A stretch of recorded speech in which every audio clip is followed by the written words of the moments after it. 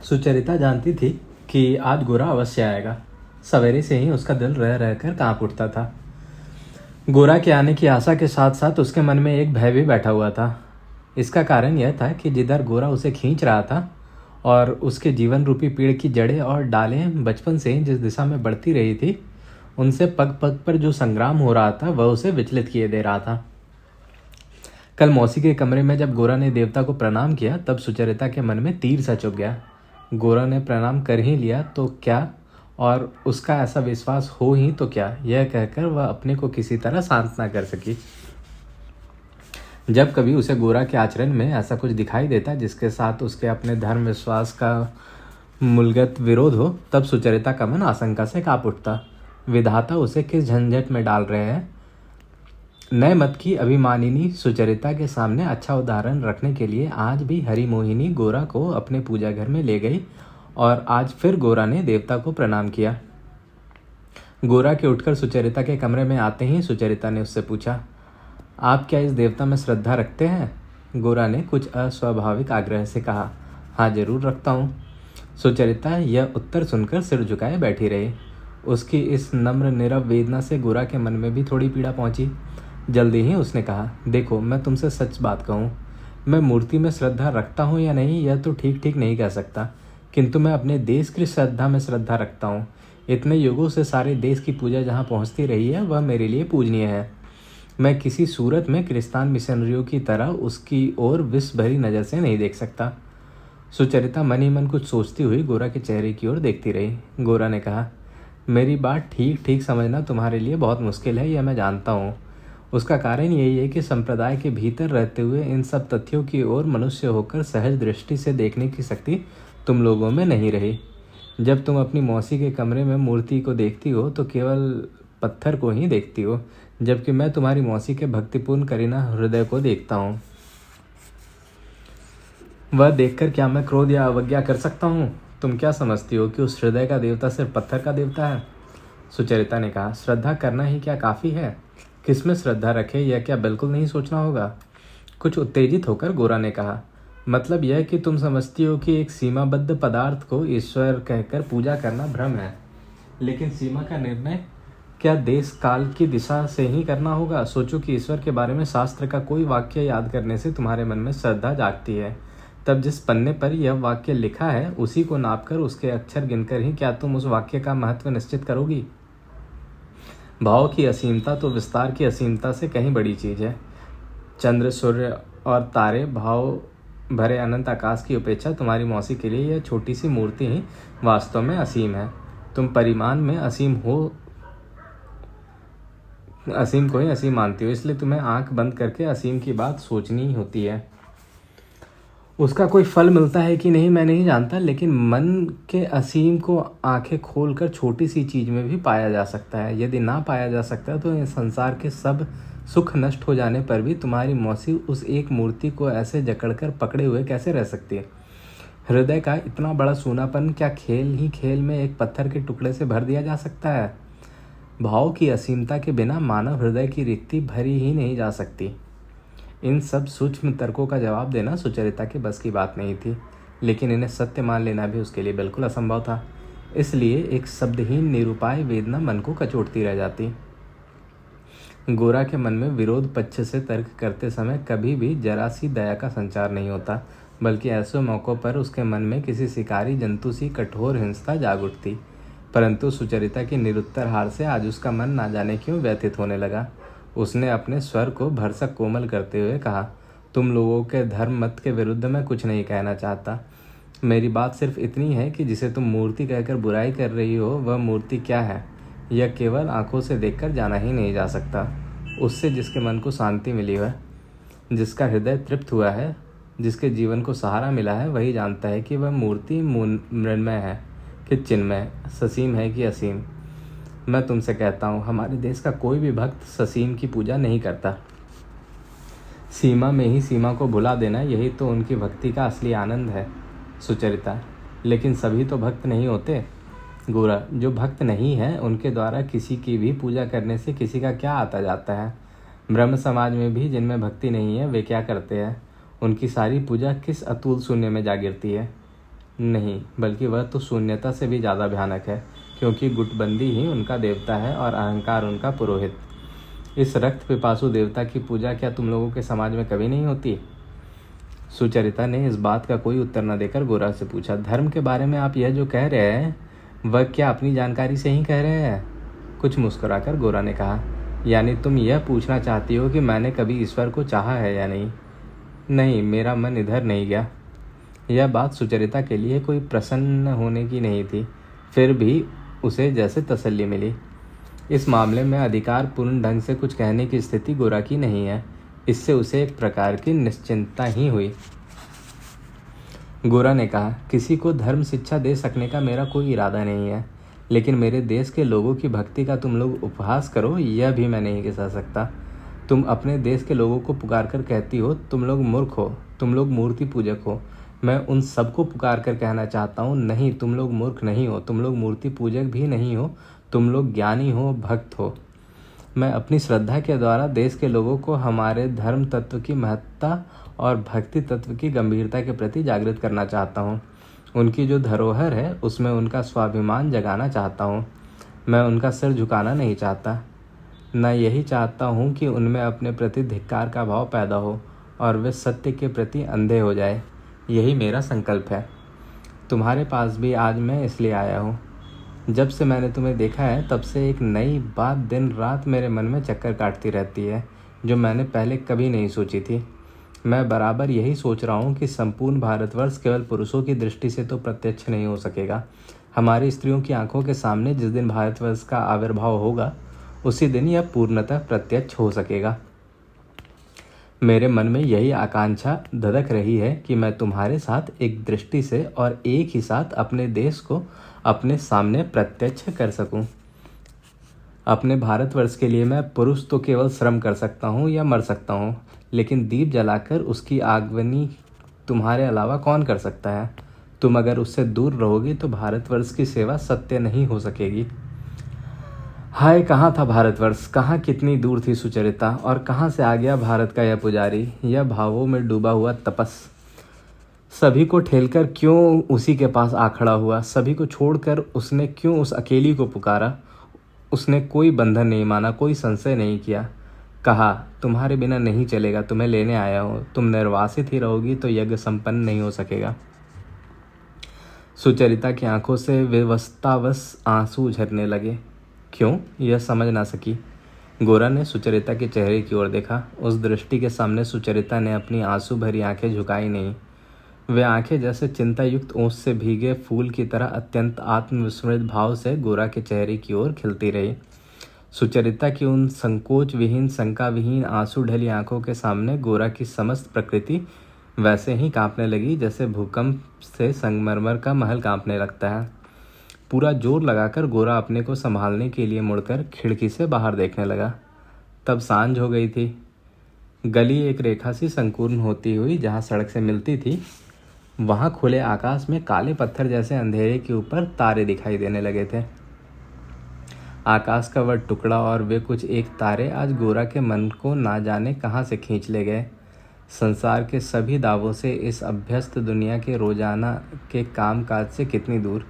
यह थोड़ा सा आकाश और ये कुछ एक तारे संपूर्ण निर्लिप्त होकर ना जाने कितने साम्राज्यों के उत्थान पतन, ना जाने कितने युग युगांत के कितने प्रयासों और कितनी प्रार्थनाओं का उल्लंघन करते आए हैं।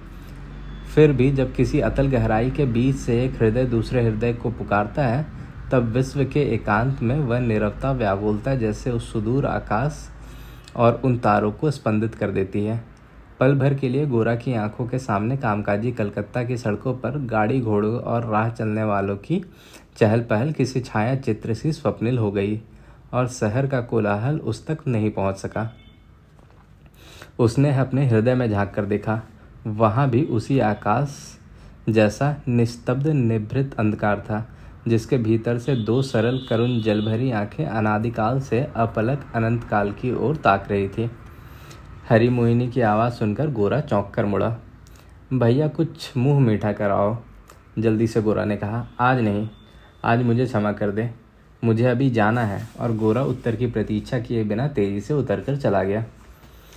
विस्मित होकर हरी मोहिनी ने सुचरिता की ओर देखा। सुचरिता भी कमरे से चली गई। हरी मोहिनी सिर हिला हिलाकर सोचने लगी, अब यह क्या मामला है। थोड़े ही समय बाद परेश बाबू आ पहुंचे। सुचरिता के कमरे में उसे ना पाकर उन्होंने हरी मोहिनी के पास जाकर पूछा, राधा रानी कहाँ है? कुछ खिजे हुए स्वर में हरी मोहिनी ने कहा, क्या पता, अभी तक तो बैठक में गौरमोहन के साथ बातचीत हो रही थी, अब जान पड़ता है छत पर अकेले टहला जा रहा है। आश्चर्य से परेश बाबू ने पूछा, इस ठंड में इतनी रात गए छत पर? हरी मोहिनी ने कहा, जरा ठंडी हो ले, आजकल की लड़कियों को ठंड से कोई नुकसान नहीं होता। हरी मोहिनी का मन बेचैन था, इसलिए उन्होंने गुस्से के कारण सुचरिता को खाने के लिए भी नहीं बुलाया। उधर सुचरिता को भी समय का ज्ञान न था। अचानक परेश बाबू को स्वयं छत पर आते देखकर सुचरिता अत्यंत लज्जित हो उठी। बोली, बाबा चलो नीचे चलो, तुम्हें ठंड लग जाएगी। कमरे में आकर दिए के प्रकाश में परेश बाबू का दुविधाग्रस्त चेहरा देखकर सुचरिता के मन को धक्का लगा। इतने दिनों से जो उस पितृहीन के पिता थे, आज सुचरिता बचपन से बने हुए उस बंधन को तोड़कर उनसे दूर खींची जा रही थी। इसके लिए अपने से वह किसी प्रकार माफ़ी नहीं कर सकती थी। परेश बाबू के कलांत भाव से कुर्सी पर बैठ जाने पर सुचरिता अपने बेबस आंसू छिपाने के लिए उनके कुर्सी के पीछे खड़े होकर धीरे धीरे उनके पके बालों में उंगलियां फेरने लगी। परेश बाबू ने कहा, विनय ने दीक्षा ग्रहण करने से इनकार कर दिया है। सुचरिता ने कोई जवाब नहीं दिया। परेश बाबू ने फिर कहा, विनय के दीक्षा लेने के प्रस्ताव के बारे में मुझे यूँ भी काफ़ी संदेह था, इसलिए इससे मुझे कोई खास दुख नहीं हुआ, लेकिन ललिता की बात से मुझे लगता है कि विनय के दीक्षा न लेने पर भी उसके साथ विवाह करने में उसे ऐतराज नहीं जान पड़ता। सहसा सुचरिता ने बड़े जोर से कहा, नहीं बाबा, यह कभी नहीं हो सकता, किसी तरह नहीं। इतनी अनावश्यक घबराहट दिखाकर सुचरिता कभी बात नहीं करती, इसलिए उसके स्वर के इस आकस्मिक बल पर परेश बाबू को मन ही मन अचरज हुआ। उन्होंने पूछा, क्या नहीं हो सकता? सुचरिता बोली, विनय ब्रह्म ना हुए तो ब्याह किस मत से होगा? परेश बाबू बोले, हिंदू मत से? सुचरिता ने सिर हिलाकर कहा, नहीं नहीं, आजकल ये सब कैसी बातें हो रही हैं, ऐसी बात तो मन में भी ना लानी चाहिए। इतना सब हो जाने पर क्या ललिता का विवाह मूर्ति पूजा की रीति से होगा, या मैं किसी तरह ना होने दे सकूंगी? गोरा ने सुचरिता के मन को आकर्षित कर लिया था। शायद इसलिए आज वह हिंदू रीति से विवाह होने की बात पर इतना आवेश प्रकट कर रही थी। उसकी आपत्ति का भीतरी अभिप्राय यही था कि सुचरिता मन की गहराई से दृढ़ होकर परेश बाबू को पकड़कर कहना चाहती थी, तुम्हें नहीं छोड़ूंगी, मैं अब तुम्हारे समाज की हूँ, तुम्हारे मत की हूँ, तुम्हारी शिक्षा का बंधन कभी नहीं तोड़ूंगी।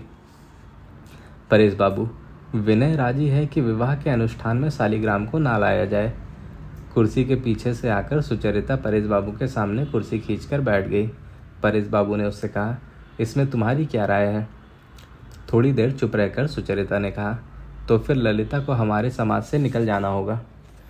परेश बाबू ने कहा, इसी बात को लेकर मुझे बहुत सोचना पड़ा है। जब समाज में से किसी मनुष्य का विरोध उठ खड़ा होता है, तब दो बातें सोचकर देखने की होती है।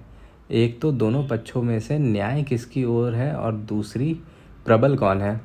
इसमें तो कोई संदेह नहीं है कि समाज प्रबल है, इसलिए विद्रोही को कष्ट भोगना ही होगा।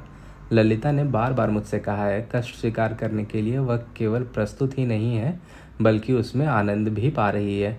यदि यह बात सच है, तो जब तक मुझे उसका काम अनुचित ना लगे, मैं उसमें हस्तक्षेप कैसे कर सकता हूँ? सुचरिता ने कहा, लेकिन बाबा, यह कैसे होगा? परेश बाबू बोले, मैं जानता हूँ कि इसमें कठिनाई उपस्थिति होगी, लेकिन ललिता के साथ विनय के विवाह में अगर कोई दोष नहीं है, बल्कि वह उचित है, तब समाज अगर बाधा दे तो उसे मानना कर्तव्य नहीं है, ऐसा मेरा मन कहता है। समाज के लिए मनुष्य को संकुचित होकर रहना पड़े, यह कभी उचित नहीं हो सकता। समाज को ही मनुष्य के लिए अपने को बराबर प्रशस्त करके चलना होगा। इसलिए जो कष्ट स्वीकार करने को तैयार है, मैं तो उन्हें गलत नहीं कह सकता। सुचरिता ने कहा, बाबा, इसमें सबसे अधिक कष्ट तो उन्हीं को भुगतना होगा। परेश बाबू ने कहा, वह कोई चिंता की बात नहीं है। सुचरिता ने पूछा, बाबा, क्या तुमने सम्मति दे दी है? परेश बाबू ने कहा, नहीं, अभी नहीं दी, लेकिन देनी ही होगी। ललिता जिस मार्ग पर चल रही है, उस पर मेरे अलावा और कौन उसे आशीर्वाद देगा, और ईश्वर के सिवा और कौन सहायक होगा? परेश बाबू के चले जाने पर सुचरिता स्तब्ध होकर बैठी रही। परेश बाबू ललिता को मन ही मन कितना चाहते हैं यह वह जानती थी। ये वही ललिता बंधी हुई लीक छोड़कर इतने बड़े अज्ञात पथ पर कदम रखने जा रही है, इससे उनका मन कितना उद्विग्न होगा यह वह समझ सकती थी। फिर भी इस उम्र में वे इतने बड़े विप्लव में सहायता करने जा रहे हैं और इस पर कितने कम विक्षुब्ध है। अपना बल वे कभी प्रकट नहीं करते, किंतु उनके भीतर कितना अपार बल अनायास ही अपने को छिपाए हुए बैठा है। पहले होता तो परेश बाबू की प्रकृति का यह परिचय सुचरिता को विचित्र ना जान पड़ता, क्योंकि परेश बाबू को वह अपने बचपन से ही तो देखती आई है। लेकिन आज थोड़ी देर पहले ही तो उसके समूचे अंतःकरण ने गोरा का आघात सहा था, इसलिए दोनों के स्वभाव की संपूर्ण भिन्नता का मन ही मन तीव्र अनुभव किए बिना वह ना रह सकी। गोरा के लिए उसकी अपनी इच्छा कितनी प्रबल है और अपनी इच्छा को बलपूर्वक काम में लाकर वह दूसरों को कैसे अभिभूत कर डालता है।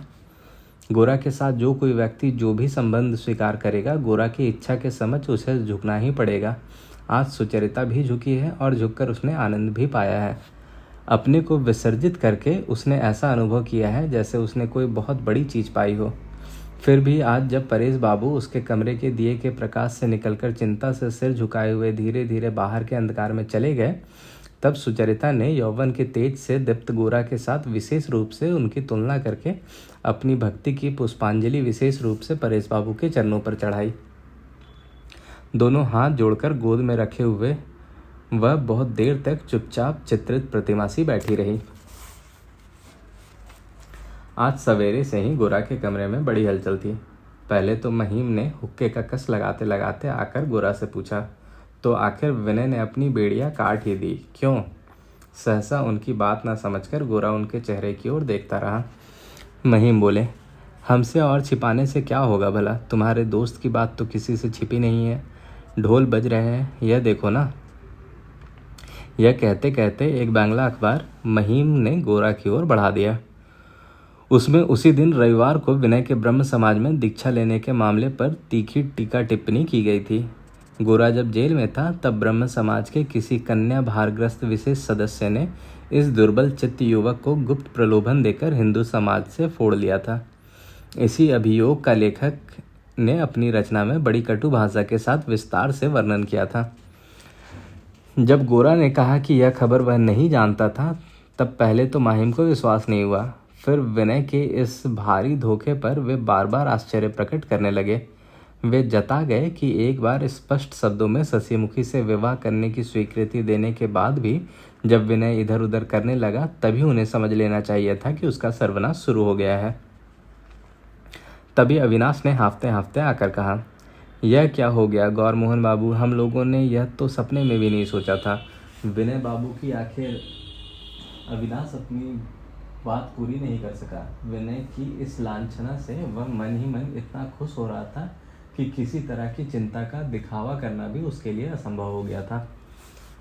इसके बाद देखते ही देखते गोरा के गुट के सभी मुख्य लोग आज उठे। विनय को लेकर उनके बीच एक बड़ी गर्मागर्म बहस छिड़ गई। अधिकतर लोगों ने एक ही बात कही, इस घटना में आश्चर्य की कोई विशेष बात नहीं थी, क्योंकि विनय के व्यवहार में वे बराबर एक दुर्बलता और दुविधा देखते आए थे। वास्तव में विनय कभी मन वचन कर्म से उनके गुट का सदस्य हुआ ही नहीं था। किसी ने कहा विनय शुरू से ही अपने को किसी न किसी तरह गौरमोहन के बराबर सिद्ध करने का प्रयत्न करता रहा था, जो उन्हें असह्य लगता था।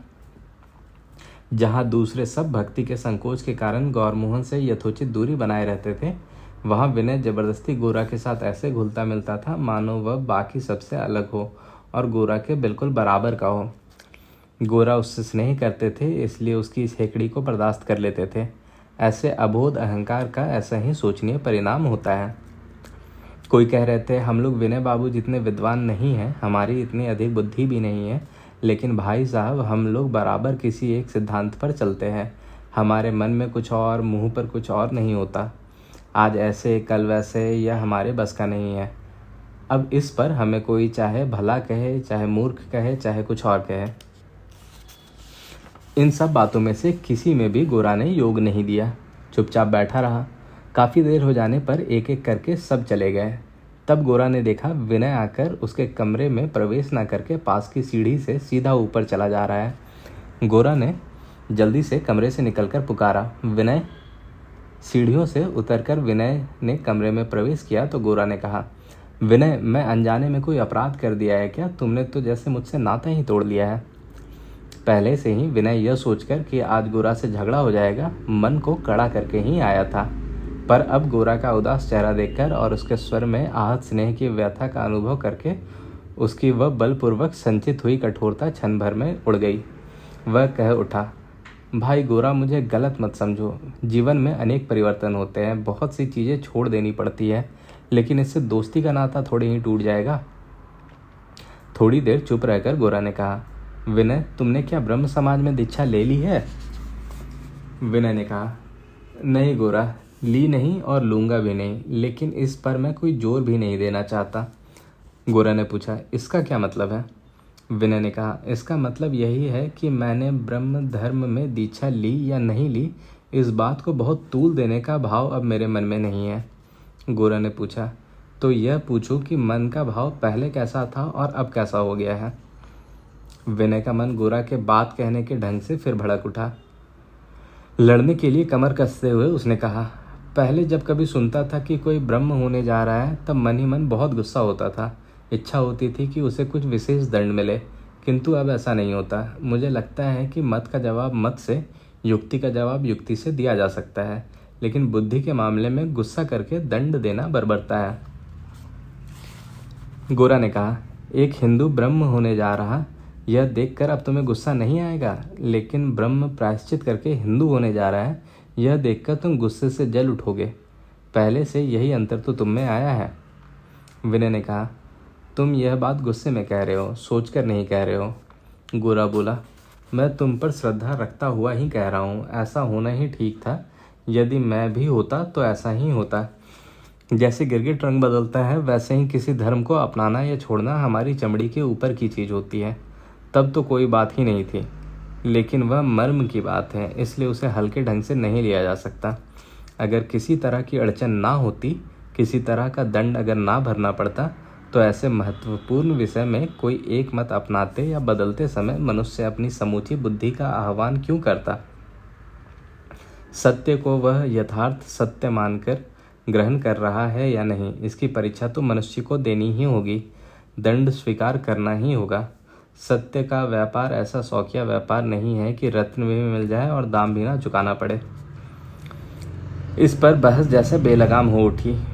बाणों के जवाब में बाण की तरह बातों पर बातें बरसने लगी और उनकी टकराहट से चिंगारियां निकलने लगी। बहुत समय तक वाक युद्ध होने के बाद अंत में विनय ने उठकर खड़े होते हुए कहा, गोरा, तुम्हारी और मेरी प्रकृति में एक मूलगत अंतर है। वह अभी तक किसी तरह दबा हुआ था। जब भी वह उभर कर आता था, मैं स्वयं उसे दबा देता था, क्योंकि मैं जानता था जहाँ भी तुम्हें कोई अलगाव दिखाई देता है, तुम उससे समझौता करना जानते ही नहीं, एकाएक तलवार उठाकर दौड़ते हो। इसलिए मैं तुम्हारी दोस्ती को निभाते चलने के लिए बराबर अपनी प्रकृति को कुचलता आया हूँ, लेकिन आज समझ सकता हूँ कि इससे मंगल नहीं हुआ और हो भी नहीं सकता। गोरा ने कहा, खैर, अब तुम्हारी क्या इच्छा है सो साफ कहो। विनय ने कहा, आज मैं अकेला अपने पैरों पर खड़ा हूँ।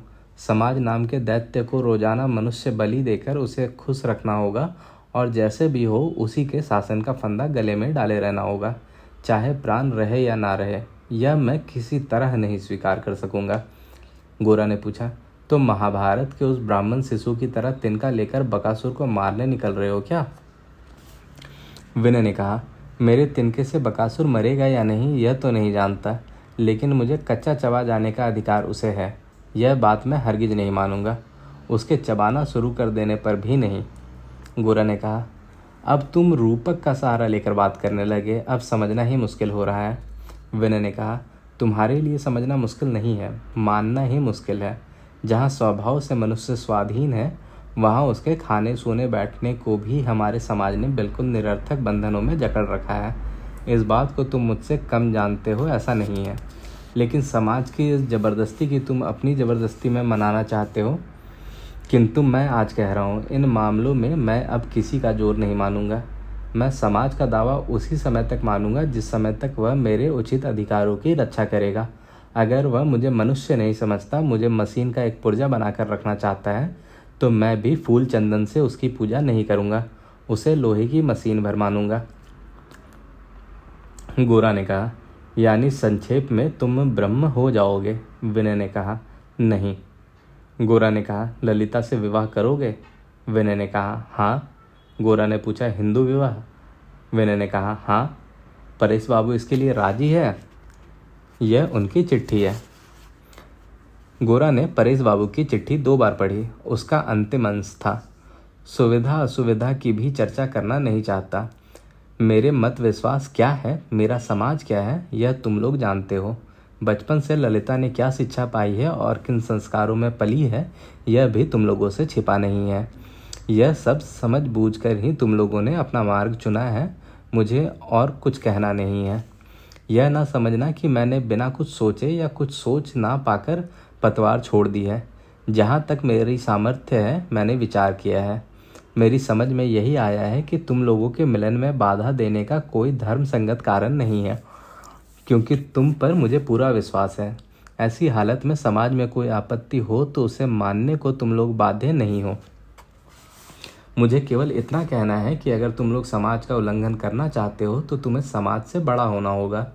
तुम लोगों का प्रेम, तुम्हारा साझा जीवन केवल प्रलय शक्ति का सूचक ना हो, उसमें सृष्टि और स्थिति के तत्व भी रहे। केवल इस काम में अचानक एक दुस्साहसिकता दिखा देने से काम नहीं चलेगा। इसके बाद तुम्हें जीवन के हर काम को हिम्मत के सूत्र में गूंथ देना होगा, नहीं तो तुम लोग बहुत नीचे चले जाओगे, क्योंकि समाज अब दूसरे आम लोगों की तरह तुम्हें बाहर से सहारा देता हुआ नहीं रहेगा। अपनी शक्ति से ही तुम लोग उन आम लोगों से बड़े ना हुए तो तुम्हें उनसे भी नीचे आना पड़ेगा।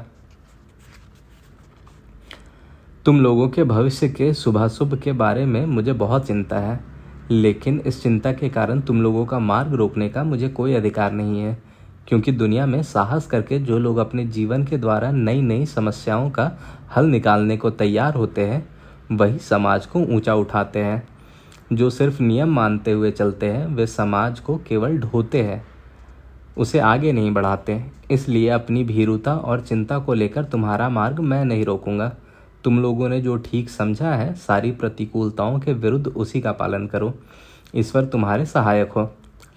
ईश्वर अपनी सृष्टि को किसी एक अवस्था में जंजीर से बांधकर नहीं रखते, उसे नए नए परिवर्तनों के तहत निरंतर नवीन करते हुए सजग रहते हैं। तुम लोग उनके इसी उद्बोधन के दूत बनकर अपने जीवन को मशाल की तरह जलाकर दुर्गम मार्ग पर बढ़ रहे हो। जो विश्व के परिचालक हैं, वे तुम्हें राह दिखाते रहे। तुम लोगों को हमेशा मेरे ही मार्ग पर चलना होगा, ऐसा आदेश मैं कभी नहीं दे सकूंगा। तुम लोगों की उम्र में हम लोगों ने भी एक दिन घाट से बंधन खोलकर नाव के तूफान के मुंह में डाल दिया था। किसी का निषेध नहीं सुना था, और इसके लिए आज भी कोई अनुताप नहीं है। अनुताप करने का कोई कारण हुआ भी होता तो भी क्या था। मनुष्य भूल करता है, असफल भी होता है, दुख भी पाता है, लेकिन बैठा नहीं रहता। जो ठीक समझता है उसके लिए आत्मसमर्पण करता है। इसी तरह पुण्य सलीला संसार नदी के धारा निरंतर गतिमान होकर ही स्वच्छ रह सकती है। इसमें बीच बीच में कभी कभार कगारें टूटने से नुकसान भी हो सकता है। इस डर से धारा को हमेशा के लिए बांध देना षडांध और मृत्यु को आमंत्रित करना होगा। यह मैं निश्चयपूर्वक जानता हूँ। तुम लोगों को जो शक्ति दुर्निवार वेग से समाज के नियम और सुख स्वच्छंदता के दायरे से बाहर खींचे लिए जा रही है, उसी को भक्तिपूर्वक प्रणाम करके उसी के हाथों तुम दोनों को सौंप रहा हूँ। वही तुम्हारे जीवन की सारी निंदा और ग्लानि को, आत्मियों से विच्छेद को सार्थकता प्रदान करे। उसी ने तुम्हें दुर्गम मार्ग पर बुलाया है, वही तुम्हें लक्ष्य तक पहुँचा दे। चिट्ठी पढ़कर गोरा चुप रहा तो फिर विनय ने कहा, परेश बाबू ने जैसे अपनी ओर से सम्मति दे दी है, उसी तरह गोरा तुम्हें भी अपनी ओर से सम्मति देनी होगी।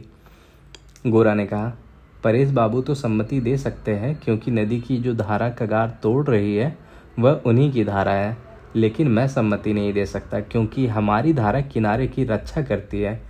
हमारे किनारे पर कितने सैकड़ों हजारों वर्षों की दिग्व्यापी कीर्तियाँ रही, यह हम बता ही नहीं सकते। यहाँ प्रकृति का नियम ही काम करता रहे। अपने किनारे को हम पत्थरों से बांधकर नहीं रखेंगे। इसके लिए चाहे हमारी बुराई करो चाहे और कुछ। यह हमारी पवित्र प्राचीन पुरी है। इस पर हर साल बाढ़ से मिट्टी की नई परत चढ़ती रहे और किसानों के झुंड उसमें हल चलाया करें। ऐसा हमारा ध्येय नहीं है। इससे हमारा नुकसान होता है तो हो। यह हमारे रहने की जगह है, खेती करने की नहीं। इसलिए जब तुम लोगों का कृषि विभाग इन पत्थरों को कड़े कहकर उनकी बुराई करता है तो हम उस पर शर्म से नहीं मर जाते। विनय ने कहा, यानी संक्षेप में यह कि तुम हम लोगों के इस विवाह को स्वीकार नहीं करोगे। गोरा ने कहा, निश्चय ही नहीं करूँगा। और गोरा ने कहा, और क्या? गोरा बोला, और तुम लोगों से नाता तोड़ दूंगा। विनय ने कहा, मैं अगर तुम्हारा कोई मुसलमान मित्र होता तो? गोरा ने कहा, तब बात और होती। पेड़ की अपनी डाल टूटकर पराई हो जाए तो पेड़ उसे किसी तरह से फिर अपना नहीं सकता, लेकिन बाहर से जो लता बढ़ आती है उसे आश्रय दे सकता है। यहाँ तक कि आंधी में उसके गिर जाने पर भी उसे फिर उठा देने में कोई संकोच नहीं होता। अपना जब पराया हो जाता है तब उससे बिल्कुल नाता तोड़ लेने के अलावा कोई उपाय नहीं होता। इसलिए तो इतने नियम बंधन होते हैं और खींचतान में जान की बाजी लगा दी जाती है। विनय ने कहा, इसलिए तो नाता तोड़ने के कारण इतने घटिया और उसकी व्यवस्था इतनी सरल नहीं होनी चाहिए। बाँह टूट जाने से फिर जुड़ती नहीं, यह तो ठीक है, लेकिन इसलिए वह बात बात में टूटती भी नहीं। उसकी हड्डियाँ बड़ी मजबूत होती है। जिस समाज में जरा सा धक्का लगने से ही दरार आ जाती है और सदा के लिए रह जाती है, उस समाज में मनुष्य के लिए अपनी इच्छा से चलने फिरने या कामकाज करने में कितनी कठिनाइयाँ हो जाती है, यह भी तो सोचना चाहिए। गोरा ने कहा, यह सोचने का दायित्व मुझ पर नहीं है। समाज ऐसी समग्रता से और इतने बड़े स्तर पर सोचता है कि मुझे उसके सोचने का भान भी नहीं होता। हजारों बरसों से वह सोचता है और अपनी रक्षा भी करता आया है, इसका मुझे विश्वास है। पृथ्वी सूरज के चारों ओर तिरछी घूमती है कि सीधी भटकती है कि नहीं, जैसे मैं यह नहीं सोचता और ना सोचने पर भी मुश्किल में मैं नहीं पड़ता, वैसी ही धारणा मेरी समाज के बारे में भी है। विनय ने कहा, भाई गोरा, बिल्कुल यही सब बातें मैं भी इतने दिनों से इसी ढंग से कहता आया हूँ। यह कौन जानता था कि आज मुझे ही ये सब बातें सुननी पड़ेंगी। किंतु बहस करने से कोई लाभ नहीं है, क्योंकि एक बात जिसे मैं आज खूब नज़दीक से अच्छी तरह देख सका हूँ वह मैंने पहले नहीं देखी थी। मनुष्य के जीवन की गति एक महानदी सी है। वह अपने वेग से अकल्पनीय ढंग से ऐसी नई नई दिशाओं में मार्ग बना लेती है जिधर पहले उसका प्रवाह नहीं था। उसकी गति का यह अनोखापन, उसके ये कल्पनातीत परिवर्तन ही विधाता का अभिप्राय होते हैं। वह कोई नहर नहीं है, उसे बंधे हुए रास्तों पर नहीं चलाया जा सकता। यह बात जब अपने जीवन में ही बिल्कुल प्रत्यक्ष हो गई है तब मुझे कभी कोई लच्छेदार बातों से बहका न सकेगा। गोरा ने कहा, पतंगा जब ज्वाला की ओर दौड़ता है तब वह भी ठीक तुम्हारी तरह यही तर्क देता है। इसलिए आज मैं भी तुम्हें समझाने की व्यर्थ कोशिश नहीं करूँगा। कुर्सी से उठकर विनय ने कहा, वही अच्छा है, तो चलूँ माँ से मिल लूँ। जब विनय चला गया तो महीम पान चबाते चबाते वहाँ आए। उन्होंने पूछा, शायद सुलझाव नहीं हुआ, होगा भी नहीं। मैं कब से कहता चला आ रहा हूँ, संभल जाओ, बिगड़ने के लक्षण दिखाई दे रहे हैं, लेकिन मेरी बात पर कभी ध्यान ही नहीं दिया। उसी समय किसी तरह दबाव डालकर शशिमुखी के साथ उसका विवाह कर देते तो कोई बात ही न रहती। लेकिन का कस्य परिवेदना, कहूँ भी तो किसको। जिसे कोई जानबूझकर ना समझे उसे तो माथा फोड़कर भी नहीं समझाया जा सकता। अब विनय जैसा लड़का तुम्हारे गुट से अलग हो जाए, यह क्या कम लज्जा की बात है? गोरा ने कोई जवाब नहीं दिया। महीम फिर बोले, आखिर विनय को रोक नहीं सके? खैर जाने दो, लेकिन शशिमुखी के साथ उसके विवाह की बात को लेकर कुछ ज़्यादा ही प्रचार हो गया। अब शशि के ब्याह में और देर करने से नहीं चलेगा। हमारे समाज के रंग ढंग तो जानते ही हो, एक बार कोई उसकी पकड़ में आ जाए तो उसे रुलाकर ही छोड़ता है। इसलिए एक पात्र नहीं घबराओ मत, तुम्हें घटक नहीं बनना पड़ेगा, मैंने खुद ही सब ठीक ठाक कर लिया है। गोरा ने पूछा, पात्र कौन है? माहिम बोला, यही तुम्हारा अविनाश। गोरा ने पूछा, वह राजी है? महिम बोले, राजी नहीं होगा, उसे क्या विनय समझ रखा है? तुम जो भी कहो, लेकिन तय यही पाया कि तुम्हारे गुट में एक अविनाश ही तुम्हारा सच्चा भक्त है। तुम्हारे परिवार के साथ उसका संबंध होगा। यह बात सुनकर वह तो खुशी से नाच उठा। बोला, यह तो मेरा सौभाग्य है, मेरा गौरव है। दहेज की रकम की बात मैंने जब पूछी तो कानों पर हाथ रखकर बोला, माफ़ कीजिए, इसकी तो बात भी मुझसे ना कीजिए। मैंने कहा, अच्छा, वह सब बातें तुम्हारे पिता के साथ होगी। उसके बाप के पास भी गया था। बाप बेटे में काफ़ी अंतर देखने को मिला। रुपये की बात पर बाप ने कानों को बिल्कुल हाथ नहीं लगाया, बल्कि इस ढंग से बात करना शुरू किया कि मुझको ही कानों पर हाथ धरना पड़ गया। यह भी देखा कि लड़का इन सब मामलों में बड़ा पितृभक्त है, एकदम पिता ही परमः तपः। उसे बीच में डालने से कोई ठीक नतीजा नहीं निकलेगा। अब तो कंपनी बहादुर के कुछ कागज भुनाए बिना काम नहीं होता दिखाई देता। खैर, वह जो हो, तुम भी दो एक बात अविनाश से कह लेना, तुम्हारी ओर से बढ़ावा मिलने पर शायद। गोरा ने कहा, उससे रकम तो कुछ कम नहीं होने की। महिम ने कहा, यह तो जानता हूँ, पितृभक्ति से अब फायदा भी होता है, तब उसे संभालना कठिन होता है। गोरा ने पूछा, बात पक्की हो गई है? महिम बोले, हाँ, दिन मुहूर्त सब एकदम तय है। माघ महीने की पूर्णिमा को तय ही समझो, और अधिक दिन नहीं है। बाप ने कहा है, हीरे पन्ने की जरूरत नहीं है, लेकिन गहना खूब भारी सोने का होना चाहिए। अब कैसे सोने के दाम बढ़ाए बिना उसका भार बढ़ाया जा सकता है, कुछ दिन सुनार के साथ बैठकर इसी बारे में राय विचार करना होगा। गोरा ने कहा, लेकिन इतनी जल्दी करने की क्या ज़रूरत है? अविनाश भी जल्दी ही ब्रह्म समाज में जा मिलेगा, ऐसा तो कोई भय नहीं है। महिम ने कहा, हाँ, सो तो नहीं है, लेकिन तुम लोगों ने इस बात की ओर ध्यान नहीं दिया कि इधर दिन पर दिन बाबा के शरीर की हालत गिरती जा रही है। डॉक्टर लोग जितना ही रोते हैं, उतना ही वह अपने नियमों को और कड़ा बनाते जाते हैं। आजकल जो सन्यासी उनके साथ है, वह उन्हें 3 बार स्नान कराता है।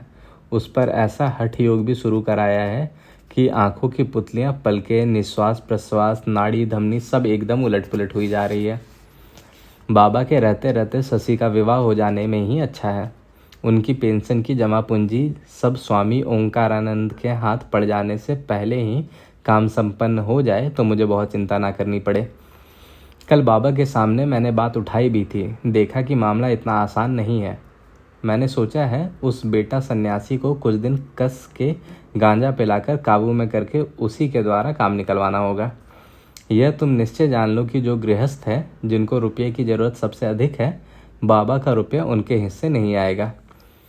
मेरी मुश्किल यही है कि दूसरे का बाप तो कसकर रुपया वसूल करना चाहता है, और अपना बाप रुपया देने की बात सुनते ही प्राणायाम करने बैठ जाता है। उस 11 बरस की लड़की को अब क्या मैं गले से बांधकर डूब मरूं?